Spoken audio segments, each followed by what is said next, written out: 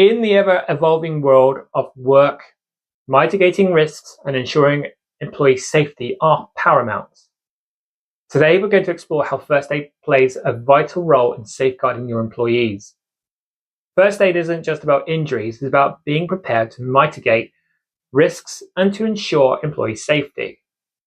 Let's delve into how this training can be a game changer for your organization. And here are the key points to consider.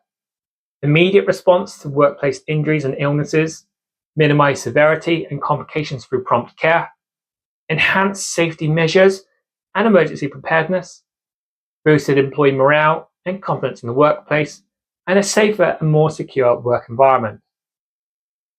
The role of first aid in employee safety is not just a task, it's a commitment to the well-being of your workplace. It's about knowing that you have the skills and the knowledge to mitigate any risks and ensure the safety of your employees. The role of your first aid in employee safety is not just a responsibility, it's the key to a safer and more resilient workplace. Because in your workplace, safety is a commitment that echoes success.